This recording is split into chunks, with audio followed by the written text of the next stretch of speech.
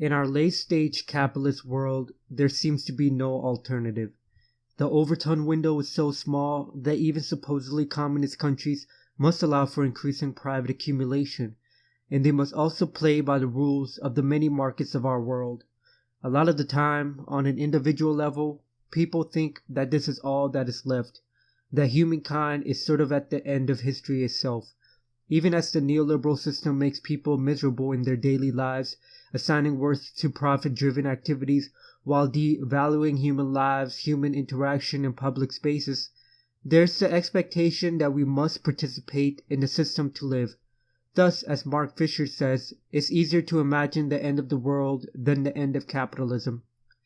In the era of increasing climate change, the concept of practicality also pervaded when speaking of actions to address it. All too often, the economy and costs were brought up as deterrents, so that radical climate action could not take place. In a neoliberal world, only neoliberal responses were accepted as practical solutions to address this wide-ranging and serious issue. Profits could not be effective for the most polluting industries of our world, or at all, causing half-assed solutions to be proposed or outright denial of the phenomenon itself. Obviously, at one point, gradual action will have been fine, but that should have been when James Hansen testified before Congress on the severity of this issue. Now, however, radical and drastic action have to be taken to stave off the worst effects of warming, a fact that I've been harping on throughout the entirety of my YouTube career. Because it seems that any action taken to address this issue is small or not effective at all, a new problem has emerged that replaced the usual problem of climate denialism. This problem gets heightened by the fact that the natural disasters that are happening now are much larger than before and are occurring closer together and are taking an increasing amount of lives. Climate doomerism has become a much more common problem than climate denialism, causing people to think that it's much too late to act to mitigate the issue. Thus, people who engaged in climate denialism before are using the language of climate doomerism to stop any real action now. Unfortunately, now they're able to reach a wider audience with the language of doomerism. I think people fall into the space of doomerism because they're not able to imagine a better future. The collective imagination of what's possible is stunted, sort of to speak, and that causes them to think that this is all that the world can offer. They can't imagine the end of our rigid institutions, can't imagine a better world with better policies, so they fall into a cycle of despair and doom. But I would like to mention, doomerism is the death of movements, and acting on climate change is a massively important task to undertake. That's why it's so important to imagine a better world, and to understand that world is possible. A radical imagination is needed to save us from the climate crisis, and to save us from this increasingly fascistic and authoritarian world. Radical imagination. Radical imagination, if we think about it in its simplest form, is the ability to imagine the world not as the way it is, but as the way it can or should be. Max Havin and Alice Kashnabich, writing in the Journal of Radical Theory, note that approaching the imagination entails what is, what was, and that all leads to speculating on what might be. They mention how imagination speaks to the ability of creating something else, and above all, creating that something else together, which helps to bring about hope. Myriad movements of the past aspired to use the radical imagination as a collective tool, inspiring solidarity among movement members, and hoping to bring about change in the collective consciousness of the people. This type of change is important and necessary because all too often we can get stuck on the narratives that are a fixture of our society. The radical imagination, however, can help pave the way to change those narratives, inspiring a different set of beliefs and a different set of possibilities. It's important to mention, however, that the radical imagination is not a singular thing, and even as I attempted to define it in this video for context, defining the radical imagination can be more harmful than helpful. Petro Rethman notes how defining the radical imagination as a singular thing can be paralyzing, for we are fractionary people living in different reality compartments, each that require its own politics. Rethman notes that answering the question of what is the radical imagination is worthwhile when it leads to the listing of many possible options, and not when it leads to a single grand strategy. Max Havin and Alice Kashnabich further note that the imagination and the process of thinking what is possible is highly dependent on where people are placed at the moment. For instance, people who are placed in situations that harm their bodies and lives have a vastly different relationship with imagining what is possible than people who are placed in situations where they do not fear exploitation. They thus posit that the politics of their imagination cannot be a one-size-fits-all alternative to the present order. Rather, it must be fluid, and traversely bridge imaginations to create common imaginaries of the way the world might be. In terms of the climate crisis, then, the radical imagination can be useful to imagine radically different worlds than the world that we have today. Of course, many groups of people will imagine those worlds differently, along with different ways to arrive there. That's why imagining the future, in my opinion, should be a collective exercise, so that people can understand that this world is not all that there is, and do so together. Additionally, the practice of imagining the future together can pave the way for people to understand that catastrophe and apocalypse aren't the only endpoints of the climate crisis. Instead, it can point to how futures of revolutionary cooperation between nature and people are possible, and in so doing, garner hope. It should be noted, however, that not everyone experiences hope the same way, and as mentioned before, people's circumstances can often impair them from imagining better futures for their people. Thus, it's important to constantly fight back against reactionary forces that might imagine futures that are destructive and build on the subjugation of vulnerable people. Fighting back against those people is also necessary so that spaces can be garnered for marginalized people, so that they can imagine different worlds that are truly liberatory. Personally, I seek to use the radical imagination in the realm of stories and narratives. I choose to do so because of two reasons. First, narratives are incredibly powerful, and the evidence of that is our world today. The status quo of narratives that prop up our neoliberal present is increasingly used to stifle any sort of radical action or movement that seeks to radically address climate change. Secondly, the left in general has forgotten the power of story and seldom uses it, giving narrative power away to the right. As Patrick Rensborough notes, historic power relations wrap themselves in symbiotic mythologies of control that define the public discourse, justify the elite agenda, and maintain hegemony.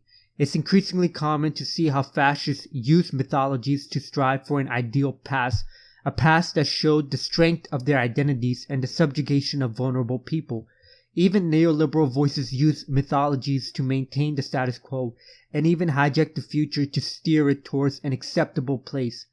This already happened and is happening with the climate crisis. As Patrick Rensborough notes, the future imagined by the status quo is one of privatizing the atmosphere, of geoengineering the planet for our benefit, and merely waiting for the right combination of technologies that will come and save us. These futures come about because of narratives that seem like a fixture of this world, and those stories never seem to end or change. That's why it's important to tell different stories, and the telling of those stories should be accompanied by a radical imagination so that a revolutionary future can be established. One such story that we could tell is the story of a solarpunk world. Solarpunk. According to the Solarpunk manifesto, solarpunk is a movement of speculative art, fashion, and activism that seeks to answer the question of what a sustainable society looks like and how we can get there.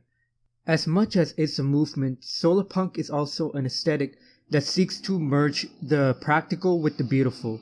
As noted by the manifesto, a solarpunk future seeks to aim for a future where society thrives off of fossil fuels and equitably manages real scarcity while sharing in abundance.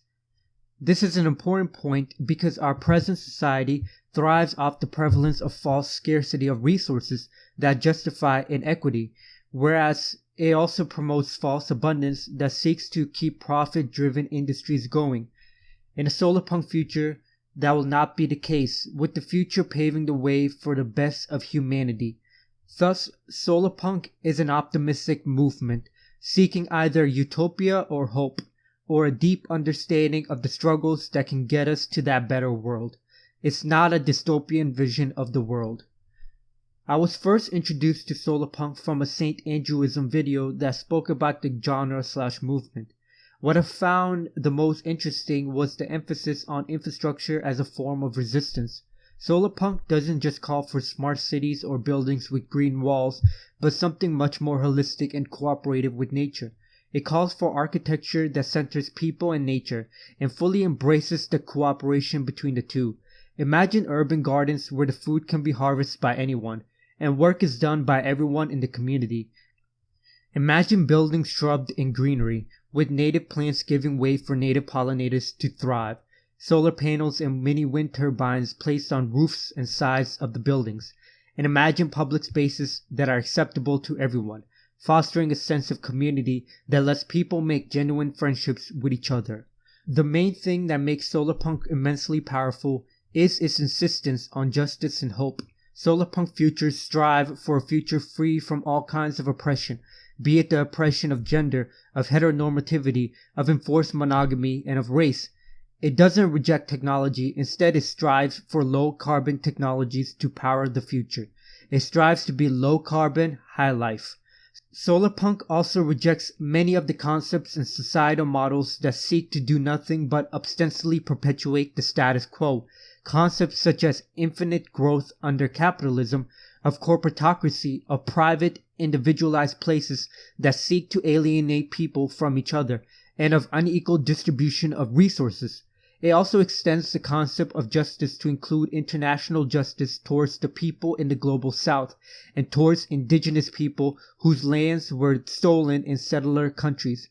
Justice will mean that the people who benefited from the imperialism and dirty industrialization of the global north will have to make amends, will have to transition away from their addiction to fossil fuels and help the global south industrialize sustainably along economic and ecological lines. Additionally, settler states will have to reckon with the reality of settler colonialism and actively strive to make amends.